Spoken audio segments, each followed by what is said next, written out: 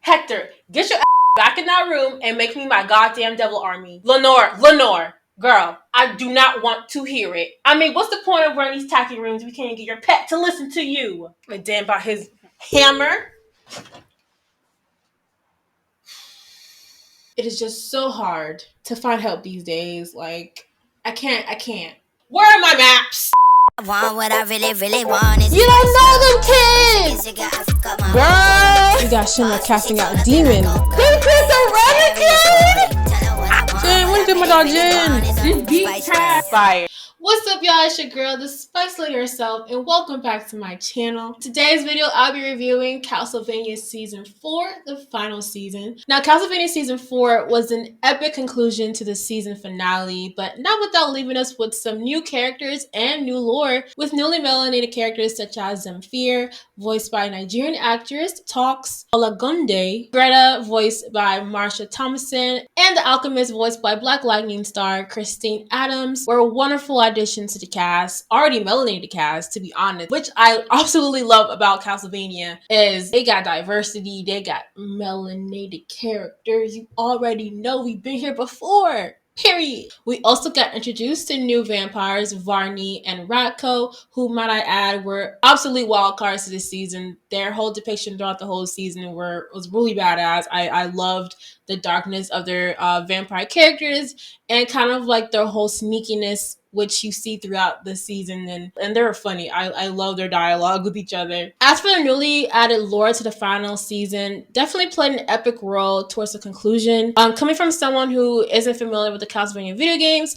what I will say that I love about Castlevania Season 4 was that a lot of the mini fights or battles that they had throughout the season seemed like boss fights. And I think that kind of added more of the video game element to the season, which you kind of already see throughout the previous seasons, such as the Easter eggs. I think Season 4, it was very much more of like a video game based series of events. And a lot of those fight scenes seemed like mini boss battles leading up to the major boss battle, which we already seen in the end. I'm not going to spoil it for you guys, but Trevor and Sypha racked up some major XP throughout this season because, oh my god. As for the OG cast, we're introduced to our favorite hero couple, Trevor and Sypha, who seem extremely fatigued and dealing with the aftermath of that really weird church village. But I will say the structuring for this season was a little chaotic at first because it goes back a span of 5 weeks and it goes back to like present day. Now in Season 3, it was more present day and it was evenly paced out PVs, which I did like. But I did like Season 4's kind of chaotic structuring where it makes sense in the end why they chose to go that route. The sound design this season was absolutely insane. Like, it went so hard. Cypher using her magic and explosives, fire and ice, like just the details to how ice sounds if it crackles or if you walk on it. And of course, Trevor using his whip and many other weapons. It gave me very much anime. It gave me anime this season, and I love that because I already love the animation style and character designs of Castlevania because it reminds me a lot of American cartoons. But this season, it gave me a mixture of that and anime, and I come to find out that it's DR Shitaho. If I'm pronouncing that incorrectly, I apologize. But it's a Black-owned American animation studio in Japan, and I found out that they actually did work on a lot of the episodes in Castlevania along with Powerhouse Animation, which is why we get that anime-esque feel with a lot of Alucard's parts, which I think was really cool. It was wonderfully done, edited. Like, I really did love it. The sound design was crazy, the animation was crazy, but what's new when it comes to Powerhouse? As for everyone's favorite baby daddy vampire, Alucard is back from his unforeseen grieving vacation with favorite twins. Now I'm gonna go there and others.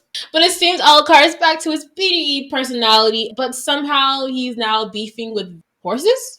New, but I like it because he's sassy and he's back to his old ways because he had to let these people know you can't play with me. Period. Best simp boy Hector is also back, and I have no complaints about him. Good for him. Good for Hector. That's all I'm gonna say. He was still a simp though. At the end of the day, he's still a best boy simp.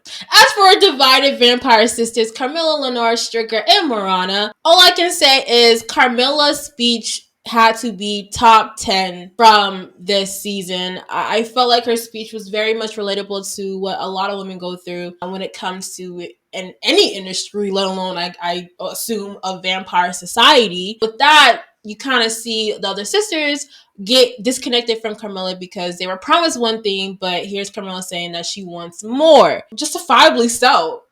The vampire queen gets what she wants at all times. You do what you want when you popping. But you saw a vulnerable side to her this season. She's seen talking about her past again. That's kind of like a reoccurring issue with Carmilla. She's power hungry. I loved when she talked about constantly having to watch her own ass and constantly having to struggle because she is a woman, and how men took a lot from her and her life, and how all she wants to do is do the same thing so they can leave her alone. I think that's a nice life to live.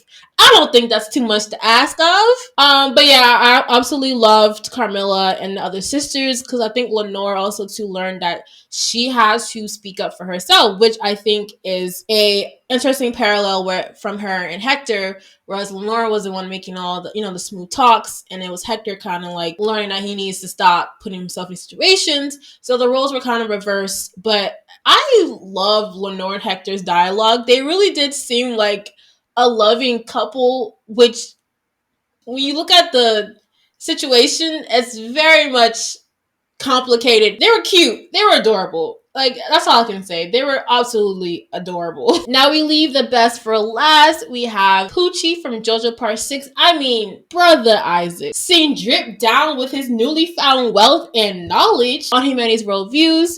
We see him really solidify himself and his ideals on humanity in this season, from his crazy mass tirade of season 3, and him constantly being conflicted with himself and his experience with humans and his newly found experience with them. And season 4, he is all knowing. He says, I'm here to save the world. I'm here to live life. And I loved it. Like, a whole new atmospheric on his character.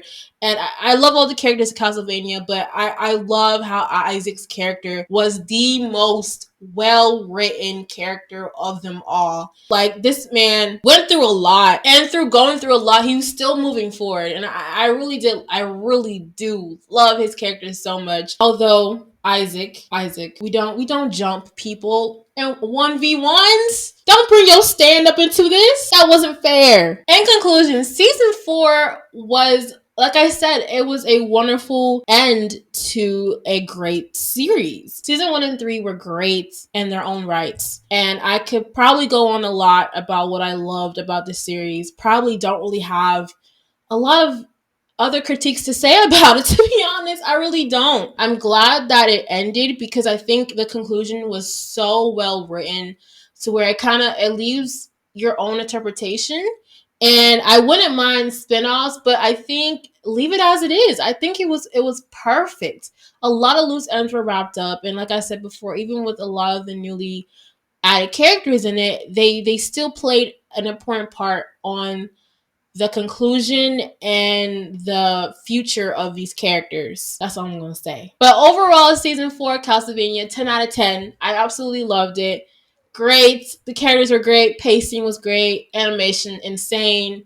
Freaking sound design, insane. But honestly, I give my all to Powerhouse Animation, because they did a great job. And I will be checking out their new series. They will be doing the reboot of He-Man, which is coming out soon. Make sure you check out my social media for all those important dates and will be airing on. And I'll definitely will be reviewing that series as well on here. Already seen the steals of it. I'm like, this is going to be really good. Well, guys, that concludes today's review of Castlevania Season 4. I hope you guys enjoyed it. If you did, make sure you like, comment, and share this video with your friends. Don't forget to subscribe to my channel, as well as subscribe to my new channel, Spicy Productions. Already got a video up. Go check that out. Like the comments up.